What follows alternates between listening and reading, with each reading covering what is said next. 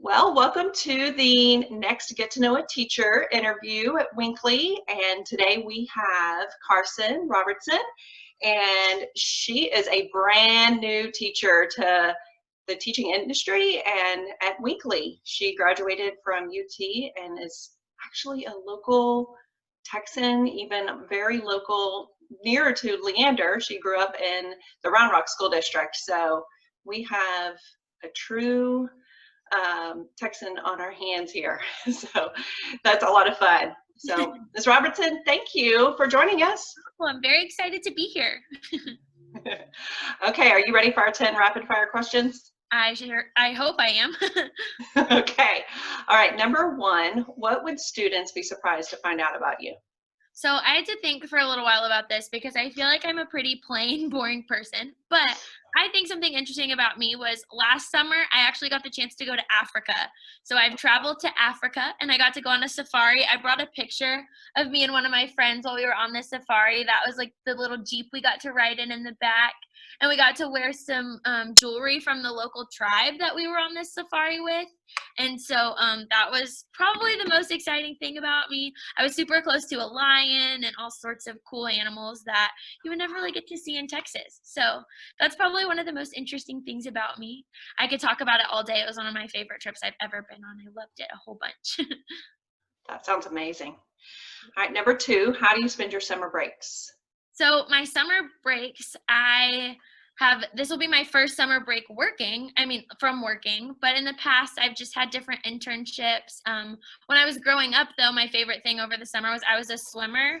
So I got to do swim meets over the summer and summer league team with my friends. But right now, the past few summers, I've just spent them working, doing kind of different things like interning for summer camps, different things like that. So just more time with kiddos. You know, you can never get enough, it feels like sometimes. So those are some of the things I like to do. And of course, out at the pool, that's the best, you know, just relaxing, getting some sunshine, reading, different things like that. Sounds fun. Mm-hmm. All right, number three, what are some traditions or superstitions you have for the first day of school? So this year was my first day of school as a teacher. And something that I did was I went to Starbucks, had to treat myself for the first day, prepare myself for caffeine. And I'm thinking that that might need to become a tradition every year. You know, that first day of school Starbucks. And then, of course, you've got to lay out your outfit the night before, be all ready to go. That was something I was excited for this year. Although this first day looked a little bit different because it was all virtual. So I was like, got to pick my cutest top. The bottoms don't matter as much, but my cutest top. But that was just some fun things to do for my first day of school this year. That sounds fun. All right, number four, is there an embarrassing teaching moment you're willing to share? So I haven't had a ton of teaching moments yet, just with this being my first year. But something unique about this year that I have personally struggled with a lot that's kind of embarrassing is teaching on mute. I will not realize I'm on mute, and next thing I know, we're 5 minutes into me teaching. I'm going on, and all of a sudden a kid will unmute and be like, "Miss Robertson, are you talking to us?" And I'm just like, "Guys, who did you think I was talking to?" Like, just sitting in my room talking to myself, I guess. So that's really awesome when you're like talking about something you're passionate about, you're really excited, you think you're getting the kids all excited, and then they're like, "You're on mute." And I'm just like, of course I am. Why wouldn't I be? So that's been an embarrassing challenge I've had to deal with this year. I'm always like, now I've started out my lessons, "Can you guys hear me?" And I wait for a response before I get going. But that took me a little while to learn. That's funny. All right, so I know this is your first year. So at the beginning of this school year, what did you do to help you remember all of your students' names? So I feel like I was really big. I think it was Miss Tippett's talking about this. It was really nice getting to see the kids' faces and their pictures on Zoom with their name. I'm really big about kind of associating that. And so in the past, if they've had seating charts, that's really helped me. If I could kind of remember where they sit, the name came a lot quicker for me. But just that whole face name recognition on Zoom was really, really helpful. And I feel like if you can find little things that you can remember about kids, that makes it a lot quicker too. And it's not just like blank slates, but as you kind of get to know them, get to know their personalities, you can remember different things about them, and that helps you remember their names also.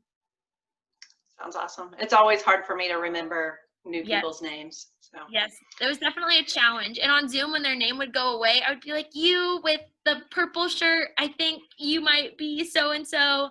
And I always felt so bad because I was like, I feel like I should know your name, but it just took me a little bit. All right, let's see, what are we on? Number six. If you could take your students on a field trip anywhere in the world, where would you take them? So I think for me, my favorite place on earth, I went to UT. I graduated from there. Love that school very much. My dad worked there. He worked with the football team. So growing up, I spent every single Saturday that there was a home game at GKR. So I feel like if I could take my students to a UT football game, that would be like my dream field trip, just to instill in them a love of Texas. I get some pushback on that one at school. We've got quite a few Aggies and even some LSU fans. And I'm just like, no, like, let me show you the right way. So I would love to take them to a football game. I just think there's so much fun and just the environment. Well, pre-COVID, thinking about that time, it was just a lot of fun. So I would love to get to take my kids there. I think that would be my top choice. Or Africa, but DKR seemed a little bit more realistic. But if we all got to go on a safari, that'd be pretty cool too. I didn't even think about That would. Yeah. All right, number 7, what is your first memory of school? So my first memory of school, I don't know why this is my first memory, maybe because it was kind of traumatizing, but I remember in kindergarten, I showed up to school one day and I forgot my backpack in my mom's car. And I just remember crying the entire day because I was breaking a rule. I didn't have my school Oh, stuff and I was so upset. So I just cried all day. But for whatever reason, that memory really stuck with me. But yeah, I just remember that. But I remember parts of kindergarten. My kindergarten teacher, she's still like, now we're Facebook friends. She took some family pictures for us. So it's crazy, like thinking back to when I was in kindergarten. But yeah, the memory of forgetting my backpack just really stuck with me. But I loved yeah, school growing up, so I don't know why it was such like a negative memory, but that one. And yeah, just kindergarten and my kindergarten teacher, just loving her. I remember that. that's wonderful. It's amazing how a kindergarten teacher can leave such a imprint Oh, on your memory and on your life. they are so important, definitely. It's your introduction to school, so that's kind of, you get the introduction to school with your kindergarten teacher. Yep. All right, number 8, if you could grow up in any decade, which would you choose? So I had to think about this one for a little while too. But growing up, my dad, any road trip we went on, we listened to Sirius XM 70s on 7. And so I have a special place in my heart for 70s music. So maybe I would say the 70s just because I'm biased and think they have the best music ever. And I think it would just be really fun to kind of get to grow up in that era. But I just love 70s music. I don't know much about the 70s, honestly, outside of the music. But for the music, I would love to grow up in the 70s. I Crazy play colorful clothes too. I bet. That would be fun too.